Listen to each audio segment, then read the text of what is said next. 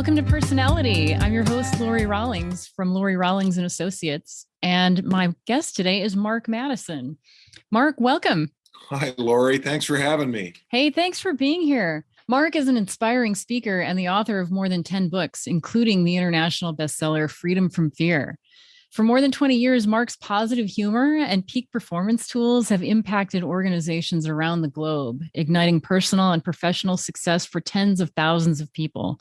Mark's clients include Microsoft, Honda, GE, Conoco Phillips, John Deere, Honeywell, and T-Mobile. He started his career as an HVAC service technician, completing his apprenticeship with Local 32 in Seattle. And he recently published a new book, Old Light Through New Windows, 52 questions that will change your life. These questions reveal how personal and organizational problems can be traced to the kinds of questions we ask ourselves and our organizations every day. Mark joins us today to share his insights into leadership development. Mark, tell us about the title of your new book.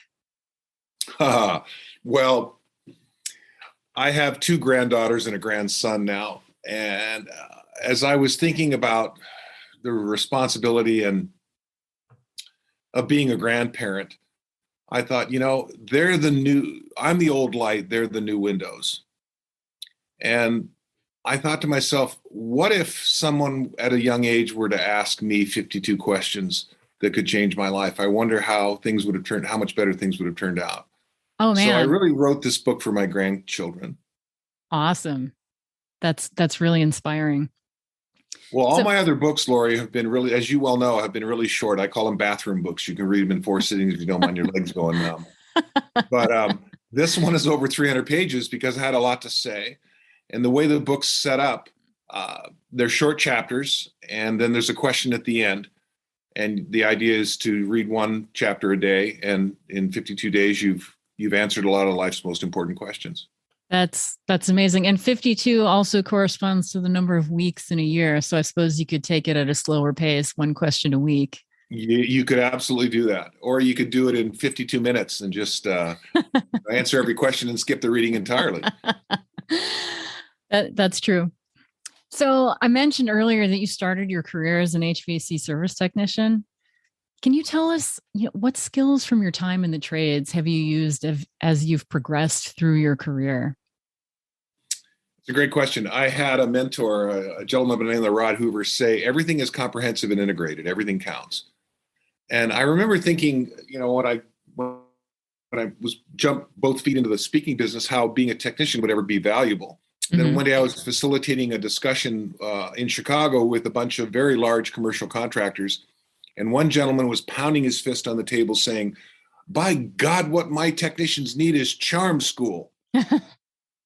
And I said, when you say charm school, how do you mean? And as he began to describe his frustrations, I said, what you're really saying is they need soft skills, empathy, active listening, kindness. He said, yes, that's exactly what we need. I said, well, then I can put something together. In fact, why don't we call that customer service excellence? How to get and keep your customers delighted. He goes, that's exactly what I'm looking for. And so little did I know that being a technician, and on my best day, Lori, is considered, if I'm honest, on my best day as a technician, I was a C+ technician technically. Oh, really? Okay. But I had A+ people skills because I discovered Dale Carnegie's book, How to Influence and Influence People, in 1982 when I was a first year service tech. Okay. And that book became my human relations Bible. Mm-hmm.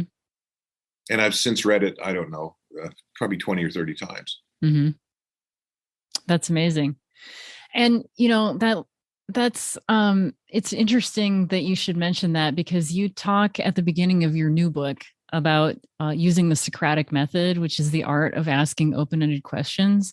Yes. Well, why do you think asking open-ended questions is so important? Well, Rudyard Kipling gave us the answer. He wrote a poem for his 12-year-old son entitled 6 Honest Serving Men. There are 6 honest serving men. They taught me all I knew. Their names were what and where and when and how and why and who. Okay.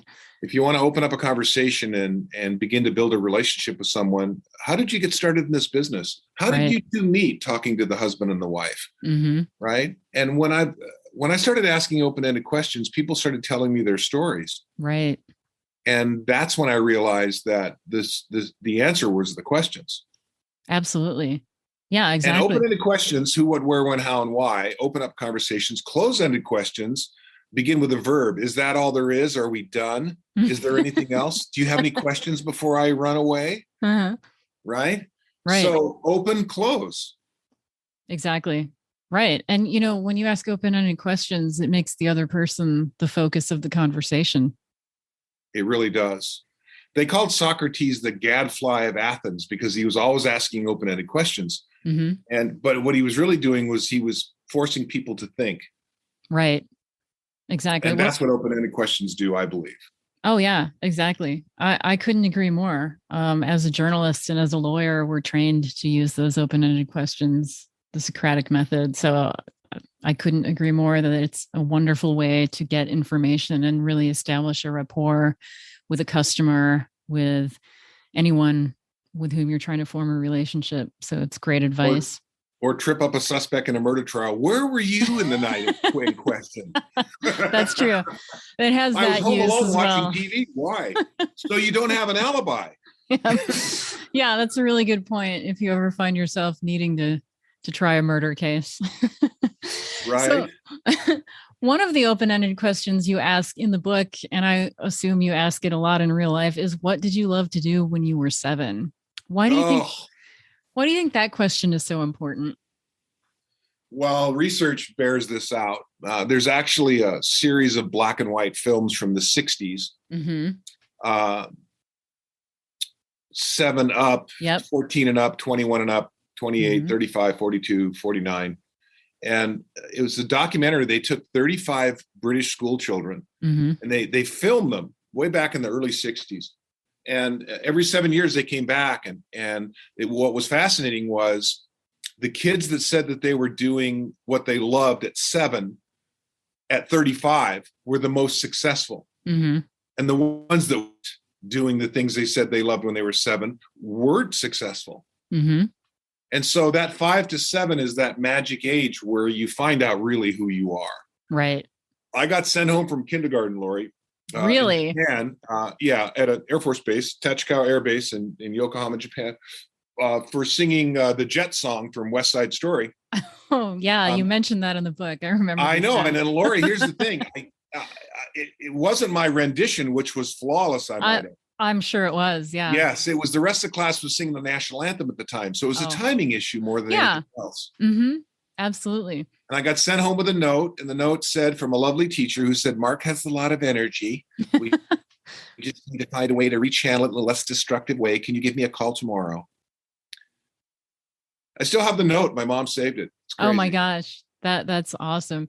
And so, but you channeled your love of performing into a career.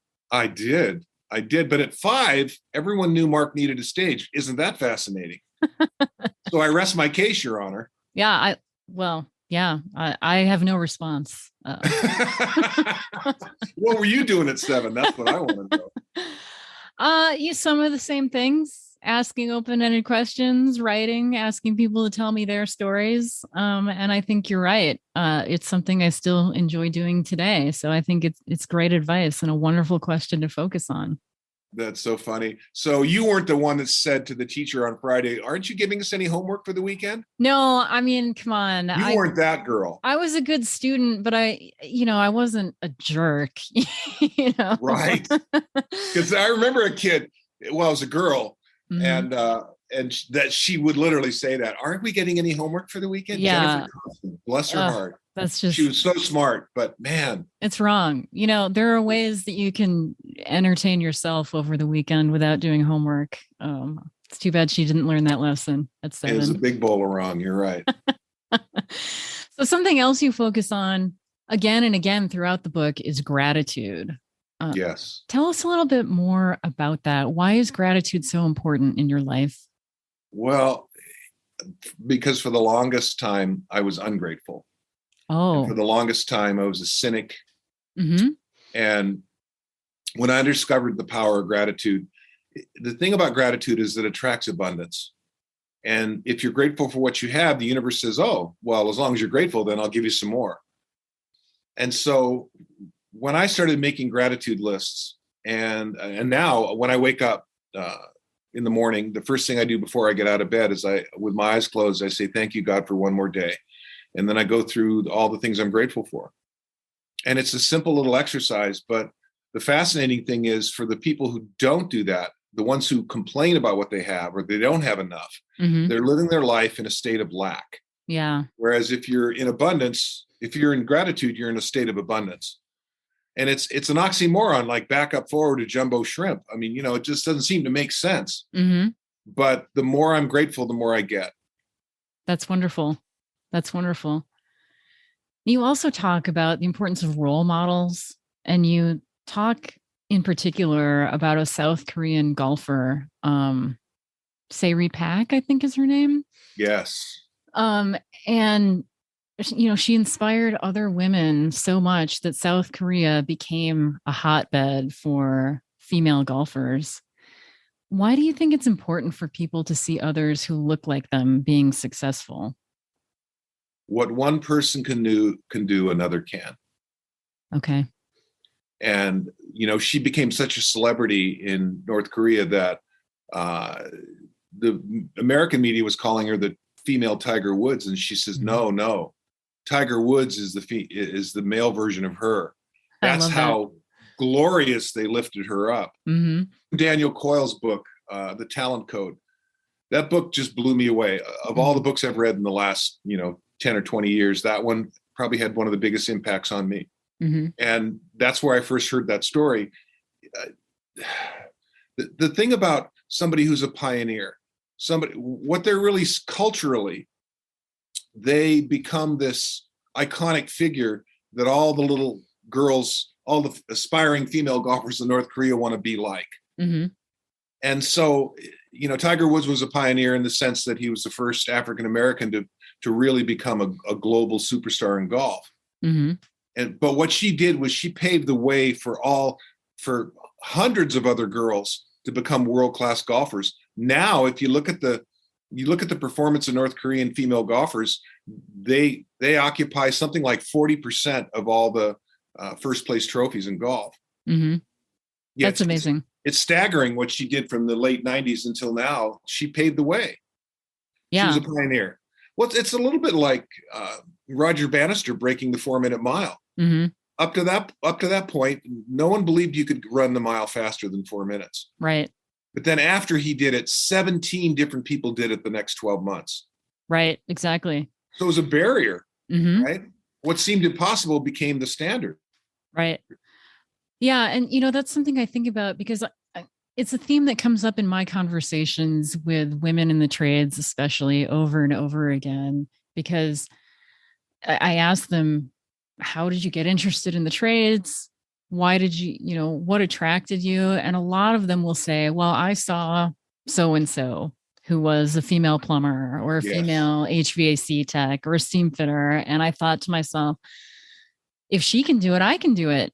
And I think that's something that's so important for business owners to understand. If you really are trying to get more people who don't look like a traditional tradesperson into your company or into your apprenticeship program, they need to see people who look like them so they believe that they belong. That's huge. And I agree 100%. And, the good news is now the world has finally understood that to embrace diversity and to cherish it and make it a part of your culture is the new normal. And you better get on board or get left behind. Absolutely. I mean, there's all kinds of research that shows that more diverse teams are more successful and more profitable. And I think that's something that people should be aware of. So, that kind of picks up on another theme that runs throughout your book, and that is mentorship. So tell us a little bit more about mentorship. Who were your mentors and why were they so important to you? Oh, there's just so many, but as you know, having read the book, Bob Mowat was the first male role model I had. I was 14, and now I have to go back to the 8th grade. In the 8th grade, I was cut from the basketball team. Okay. And so I reached out to a young man named Kenny Christensen, who was the best player at our school. And I said, how did you get so good? And he said, I shoot 2 hours every day and I go to Bob Gruberg's basketball camp. So from that day forward, I shot 2 hours every day, and then I earned the money to go to camp, and I went. And at camp, I learned what to practice in the 2 hours, which was huge. But there was this piano playing, joke cracking state championship coach named Bob Moad who was at the camp. Okay. And he cracked everybody up with playing the piano and making everybody laugh. But he was this brilliant basketball mind.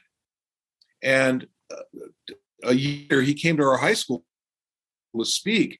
And I was the only person to go down and say, is there more? And he handed me a brochure, and it was Action for Excellence, 2-day seminar, Super Bowl weekend, 1971, for $45. So I convinced my mother to drive me to Seattle University. Well, the first thing she said was, you're 14. Why do you want to go to a seminar? And I said, Mom, I gotta go.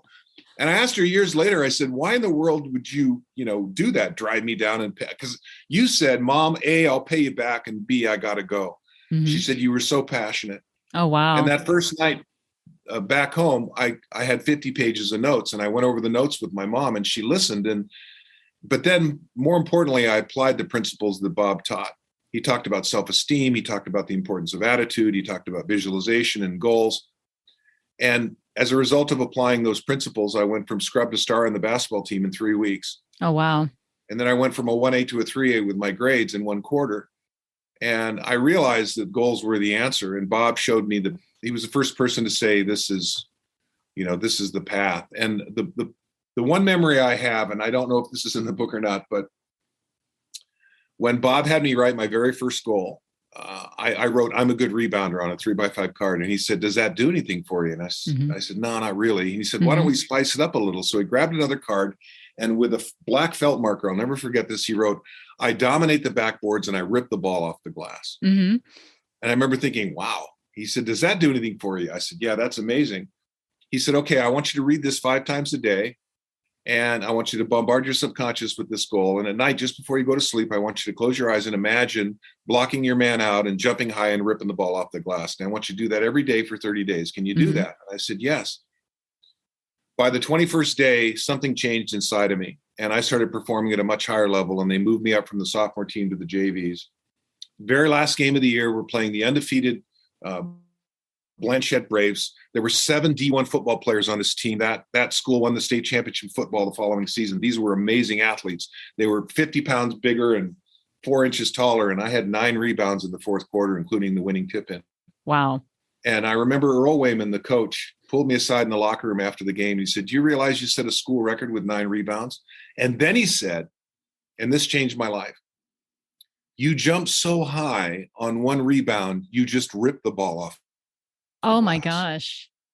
And I got goosebumps. I get them now when I tell that story. And I saw Rod Serling from the Twilight Zone in black and white smoking a cigarette saying, you're traveling through another dimension. Dimension not only of sight and of sound, but of mind. I mean, I freaked out, Lori. Oh my God. I'm freaking out just hearing that story. That's amazing. I couldn't believe it. And that's when I realized this really works, this whole goal thing. I'm going to do this for the rest of my life. And I've been teaching people to do that ever since, and I have Bob to thank for that. Now, here's the rest of the story.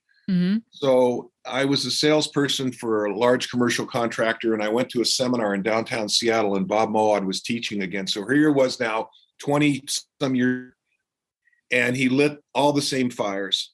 And I set some goals just like he taught me at 14, and I was the top salesman of my company. And then he took me to lunch, and he offered me a position at his company. And I went to work for Bob for 4 years, learning the training and education business. And I have Bob to thank for that. He passed away in 2008, but he changed my life forever. That's amazing. Yeah. I mean, there are a few themes that run through that story that jump out at me, right? I mean, number one, not just setting a goal, but the goal was, you could see it, you could visualize it. It was specific and concrete. And so I think that's important when you're setting goals. Because you have to be able to visualize yourself achieving the goal in order for it to really take hold in your subconscious and really get you there. I think the other thing, it has to mean something to you personally. You have to really, really, really want it. Yeah, exactly. You have to be passionate about it. And the other thing is, it picks up on a concept that you talk about throughout the book, which is deep practice. Can you tell us a little bit about what deep practice is and why it's so important in life and in business? Yes. So going back to Daniel Coyle's book, he said there's three things that lead people to mastery, because that's really what we're talking about here is mastery. Mm-hmm. One is ignition. It's either outside in or inside out. With Ms. Pack, all those young girls, it was inside out. They really, or outside in, they saw what she did and they internalized it. Mm-hmm. Okay. Mm-hmm. I was cut from the basketball team and I was going to prove Kim Wilson wrong. It was inside out. Mm-hmm. I was going to make that basketball team the next year come hell or high water. Right. And so that led to, so the first part is ignition. The second part is the deep practice. Mm-hmm. And Kenny told me I shoot 2 hours every day. So, and I love the story of Swen Nader. Swen played for John Wooden at UCLA, and Coach Wooden said, Swen, I want you to shoot 100 hook shots with your left hand and 100 hook shots with your right hand every day all summer. Mm-hmm. And so Swen shot 300. That's deep practice. Wow. And it doesn't matter whether you're talking about music or sports or business. It's making the commitment to do something every single day to move you towards that 10,000 hours or 10 years, whichever comes first. And it can take less than 10 years. It can take 5 or 7 if you're really truly committed. When I realized that basketball and sales were very much alike, I could get as good as I wanted to based on how hard I was willing to work. Mm-hmm. I started reading a sales book for 30 minutes every day, and my sales went up. So then I thought, what would happen if I took it to 60 minutes? So I started reading for an hour every day, and my sales went up again. And then I started reading for 90 minutes, and my sales went up again. And I went, okay, I'm going to read 50 pages a day, no matter what. Yeah. That's deep practice. Yeah. That's amazing. Amazing, the results. Yeah. And visualization is really important as well. And one of the books that you talk about in this new book, Old Light Through New Windows, is a book that you've brought up that has been brought up to me by someone else in the industry. It's Viktor Frankl's book, Man's Search for Meaning, which is, it's an amazing book. Viktor Frankl was a psychologist, actually, who was imprisoned in more than one concentration camp during the Holocaust, including Auschwitz. And his entire family was murdered by the Nazis.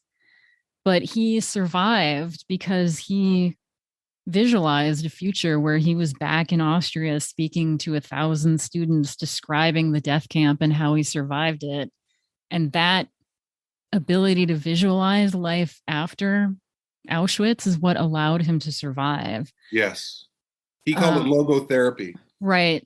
Yeah, exactly. Yeah. Tell us a little bit more about that. He did two things, because you're right. He lost his wife, his sister, and his parents to the Nazis. Mm-hmm. And interned in Auschwitz, he realized that the one thing the Nazis couldn't take away from him was his ability to choose his attitude in any set of circumstances. They couldn't change the fact that he was going to help the other inmates as often as he could, sharing food and an encouraging word. And at night, he would visualize being back in Austria, speaking to 1,000 students. And he did that every single night. And so those two things, the selfless actions during the day and the visualizing at night, someone gave me that book when I was I was going through a really difficult time in my life. Mm-hmm. And after I read that, I thought to myself, I have no problems. Yeah, exactly. I got this hangnail that's been bothering me, Right.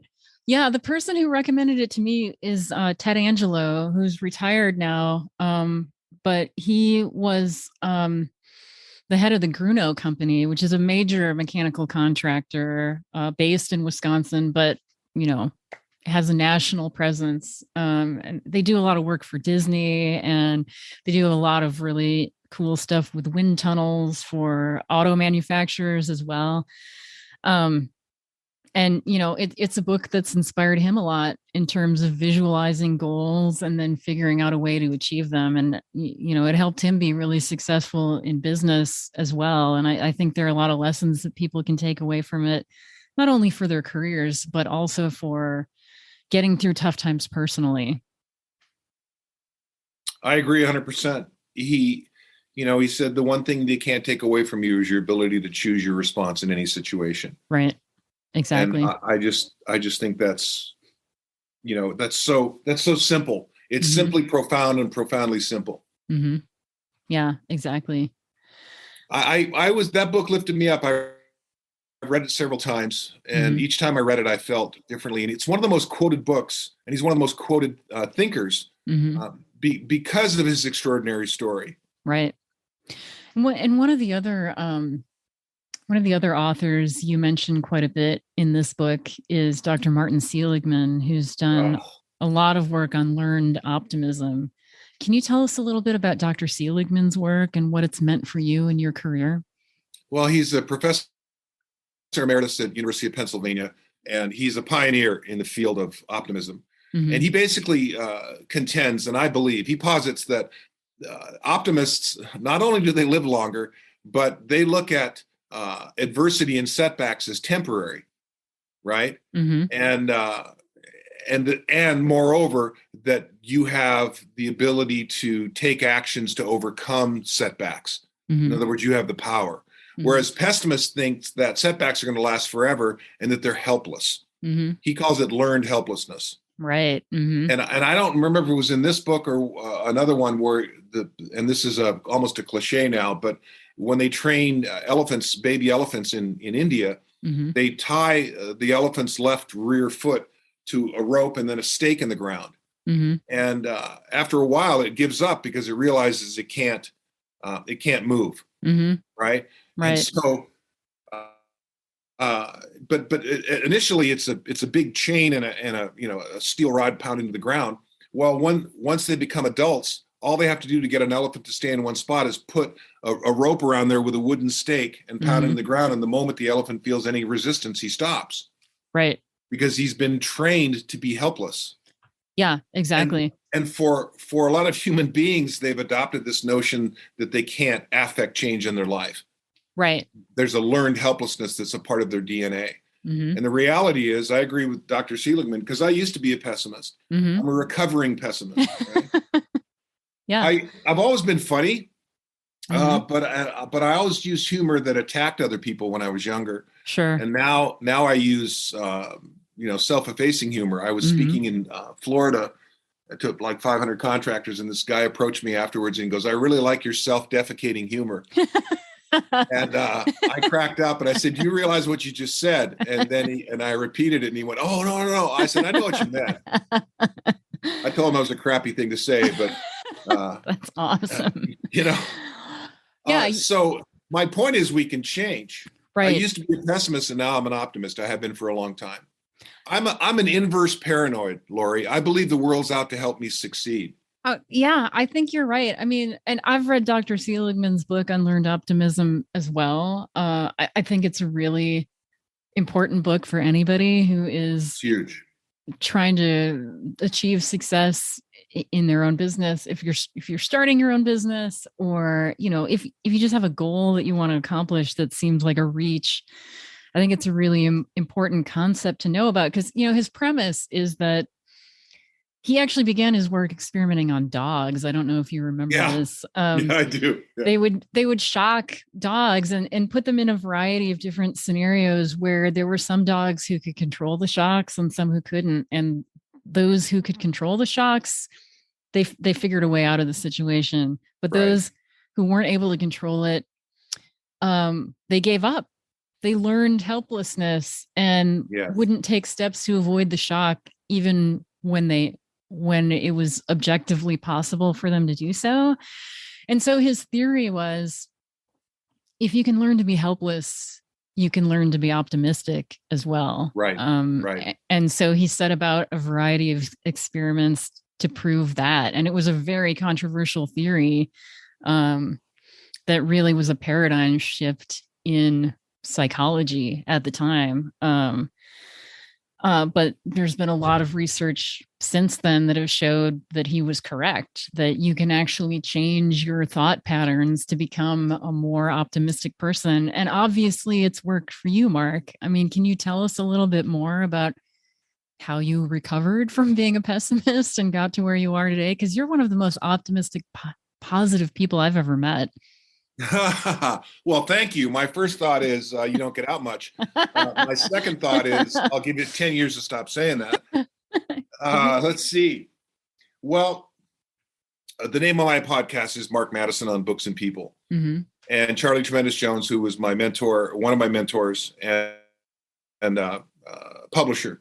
He said, you'll be the same person in 5 years, except for two things: the books you read and the people you associate with. Mm-hmm. And so once I understood the significance of that little statement, I changed everything. I stopped reading negative books and I started to manage my input. Yeah. Right. So I stopped reading the front page of the newspaper. I stopped watching the news. I started keeping a journal. I started reading books. I listened to books while I was driving. Back then it was audio cassettes, and starting with Carnegie's book. And Carnegie's book led me to a whole host of other books similar, Ken. So I was, the other thing I did, and this goes all the way back to the first year of my apprenticeship. There was a guy named George who was retiring after 40 years. He was arguably the best service technician in Seattle. And I was inventorying his truck because I was a first year apprentice and I was cheap. And I said, how did you get so good at what you do? What advice would you offer somebody who's, just starting out? And he looked at me. He said, nobody's ever asked me that before. I said, why? You're like the best tech in the city. Yeah. He goes, I don't know. And he said, well, this would be my advice to you, young man. He said, be a student, not a follower. He said, if somebody tells you to read a book, read that book for sure, but then read 3 or 4 books in similar vein and make up your own mind. Wow. He said, be a sponge, be a student, and borrow boldly from the best. And then he said, and for the technicians that you work with, he said, now watch the way Bob Lehman interacts with people. He's so good with people. He said, look at the way Doug Holt's work orders are. They're almost like calligraphy. And, once upon a time in a land far, far away, there was the little compressor that couldn't. And he said, and then watch the way, take a hard look at Larry's truck. He's the most organized truck in the fleet. And then finally he said, and do the opposite of Paul Gettinger, because that guy's an idiot. Right? But he said, borrow boldly from the best and be a student, not a follower. And you wouldn't think that I'd be getting career advice from a guy who was retiring as a service technician, but that information changed my life. Yeah. And so in every chapter of my life, Lori, from being a technician to being a salesperson to becoming a speaker to becoming a writer, I found those mentors. I proactively reached out and found them. Unassertive salespeople have skinny kids. I mean, you can't be shy. You have to ask for what you want. So, and then meeting those mentors, I would say, what books did you read? What advice would you offer? Invariably, some of them would take me under their wing. Some of them were coaches that I paid money to, and I did it gladly because they were so smart. But the bottom line was they had done what I wanted to do and been where I wanted to go. And so I found 4 or 5 mentors, and they literally showed me the way. Going back to Ms. Pack, right? What one person could do, another can. Right. If that guy can write 10 books, so can I. Yeah, exactly. Now, I've got to make this distinction. I got a year at junior college, okay? Yeah. I had a 3.0 in college, blood alcohol level. I didn't graduate from Harvard or Stanford, and I never became an attorney. I'm not a lettered individual. I never studied journalism. I got a year at junior college. I flunked high school English. Right. But it turns out writing's got nothing to do with English. Right. Thank God. What does it have to do with, Mark? It has to do with discipline and goals. Right. I write 3 pages a day or 1 hour, whichever comes first, until the project's done. Ernest Hemingway had a sign on his desk that I thought was profound. It said, write as well as you can every single day and finish what you start. That's great advice. It's great advice. That's all I did, Lori, 10 times, but yeah. Yeah. And I mean, it seems like you're applying the same lessons throughout your life to different goals that you want to accomplish, from basketball, different chapters, to selling HVAC service contracts, to writing, to speaking. And I think those are some pretty profound lessons that anybody can apply in any goal that they want to accomplish. I did a virtual keynote to 800 people on Friday, and one gentleman said, "You're a unicorn." He said, there aren't very many international speakers and best-selling authors who started out as a technician in the HVAC industry. And I said, well, I appreciate that. I said, I worked really hard for the mastery in those different disciplines, but I don't know why I've always had that measure of ambition. I really don't. Mm-hmm. I think it's part of my DNA, but I think part of it is we were poor when I was a kid. Mm-hmm. Okay. And there was a girl named Julie Jacobson. She said, how come you, in seventh grade, she said, how come you wear such weird clothes? Oh, wow. And I went home and asked my big sister, how come I wear such weird clothes? And she said, because mom shops for you at the base. Right. And Mm-hmm. so she said, I'll take care of it. And 2 days later, she drove me down to Nordstrom and Best Mm-hmm. at Aurora Village in Seattle. And then bought, jeans and swabbies and t-shirts. And then I looked like everybody else. Okay. God Yeah. bless my big sister. Yeah. But I mean, I think that story is so inspiring though, because, it just goes to show you that anybody can accomplish what they set out to accomplish if they just have the discipline and the passion and finish what they start. Yes. It goes back to ignition, deep practice, and master coaching. And, my life is that. I think that's the reason that Daniel Coyle's book resonated so much with me is I literally have done that with everything. Mm-hmm. So those three things I did. I don't tell too many people this, but I've been clean and sober for 42 years. I did the same thing in the 12-step programs. Good for you. Thank you for sharing that. I remember one gentleman said, why don't I get you, he's drinking. And I said, a cranberry juice. And I said, he said, what do you have, a urinary tract infection? I said, maybe. He said, let me get you a real drink. I said, no, I better not. He said, why not? I said, well, I break out in spots when I drink alcohol. He said, really? I said, yeah, jail, gutter, spots. Oh, man. Yeah, no, I mean, that's really inspiring. It's really inspiring because so many people struggle with substance abuse, drinking, especially in today's environment where people have been struggling for so long. So just knowing that you can do it if you put your mind to it, I think is a really important lesson. What one man can do, another can. What one woman can do, another can. I agree. And something else that you talk about in your book is the importance of coming into contact with many different kinds of people, in your case, through travel, for expanding your perspective. Why do you think that is so important? Well, I will tell you this. I got to speak to 1,500 people in Istanbul. And it was one of those things where it just kind of happened. I had done a keynote for a group called Coverings, which is the flooring industry. And because I was the opening speaker in their brochure, this woman in Istanbul thought I might be a good fit for this construction conference. Mm-hmm. So there were 1,500 people there, and I was the opening keynote, and half the audience had translation earbuds on. Mm-hmm. Right. So I'm speaking in English, and this woman is translating what I'm saying into Turkish. Mm-hmm. And I had 5 guaranteed funny bits in the hour that I had, and no one laughed. And I asked the woman afterwards, her name was Banu. I said, well, I'm just curious, how did my talk go? She goes, oh, wonderful, Mr. Mark. Everybody loved your talk. I said, no one laughed. She goes, oh, Turkish men don't laugh in public, sign of weakness. Oh, wow. I said, do they ever laugh? She goes, oh, yes, in bar with best friend, 3 drinks. Oh, wow.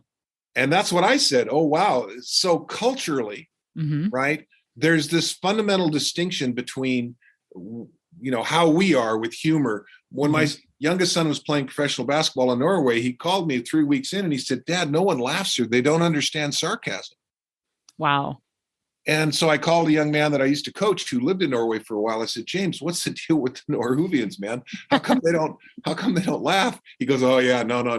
You got to get them in the bar and get a couple of drinks in them. It's the only time they let their hair down. Oh my God. And so, we think we're so arrogant. We think that, our watch is telling the right time in this country. But the reality is several things happen when you travel internationally. Number one is you become supremely grateful for all the abundance and riches we have in this country. Right. The freedoms that we have. Mm-hmm. Number two, you find out that the world is a different place, and it isn't wrong, or it's just different. Mm-hmm. And I think it changes you. Mm-hmm. I got to go to Australia a couple of times to speak. That was really cool. I went to Aruba once. That was kind of a wow. Wow. I've been all over Canada and Mexico. I when I come home, I'm always grateful, mm-hmm. even more so, because I love this country. And I love, the opportunity and freedom that it affords us. I agree. I have exactly the same reaction. And I think it just makes it so much easier for you to relate to anyone you meet if you've had the experience of traveling to a different culture and just understanding that not everyone shares your perspective, and it makes you more empathetic and able to Yes. connect with people on an authentic level if you've had that experience. I had on a flap cap, the Samuel L. Jackson cap turned backwards, right? Mm-hmm. And I'm walking through the Grand Bazaar in Istanbul, which is it's the first and largest mall in the world, right? And I'm walking by a rug shop, and the owner of the shop goes, "Hey, Rambo, let me show you a rug." His frame of reference was Rambo. That's hilarious. Because I was wearing that hat. He goes, awesome. "Hey, you know Sarah Palin?" Because this was like 2009. I said, "Oh yeah, everybody knows Sarah. She just lives right down the street." Yeah. Oh, it was like their idea of who we are is Rambo and Sarah Palin. Right. Exactly. It just cracked me up. Yeah, it was wonderful. That is an amazing story, and I appreciate you sharing it. So, Mark, I know you're a really busy guy and you're going to be on the road again for months. So in the time we have left here, I'm just wondering, is there anything else you think people in our audience should know to make them more successful people or more successful in their businesses? Yes. It actually comes from a 2013 film with Jack Nicholson, Paul Rudd, and Reese Witherspoon. Yes. It's called How Do You Know? It was Nicholson's last film. Okay. And Reese plays a softball player who had been player of the year before, national championship and all. And she gets cut from the team. Mm-hmm. But part of her departure package is to see a psychiatrist, played brilliantly by Tony Shalhoub. Okay. Monk, right? Yes. So she walks in and she says, "Yeah, I don't even know why I'm here." She goes, "I'm going to go." He said, "That's fine." And she gets to the door and she stops and she goes, "Okay, is there one piece of advice you could offer somebody that would solve the problem for every person every time?" And he said, "Yeah, I think I can answer that." She said, "Great. What is it?" He said, "Figure out what you want in life and business and learn how to ask for it." That's great advice. And I stopped the movie and I rewound it and I played it again and I wrote it in my journal and I went, "I believe in Rom communism," to quote Ted Lasso. Right? I believe in rom-coms because you never know where a great quote is going to grab you and throw you to the ground.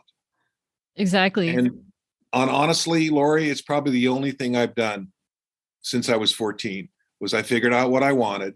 I wrote it down. I looked at it over and over again, and then I took action. I figured out what I wanted, and I learned how to ask for it. That's fantastic advice, Mark. And it shows in all the success you've had. And I think that's a great note on which to end our conversation today. So I want to I would quote the former governor of California. I would say, get out now. Get to the chopper, run, Giancana, run. That would be my advice. Run. I love it. Well, thank you again, Mark, for being here today. I really appreciate you spending some time with us. And I want to thank our listeners for being here as well. You can find Mark at his website, sparkingsuccess.net, where you can find his new book, which is Old Light Through New Windows, and all of his other books. And you can also contact him about working with your company and speaking to your people and inspiring them to do great things. So thank you, Mark. Lori, you're the cool breeze in a stuffy room. Thanks for letting me play in your sandbox. Thank you for coming to play in my sandbox, Mark. It's been a real pleasure.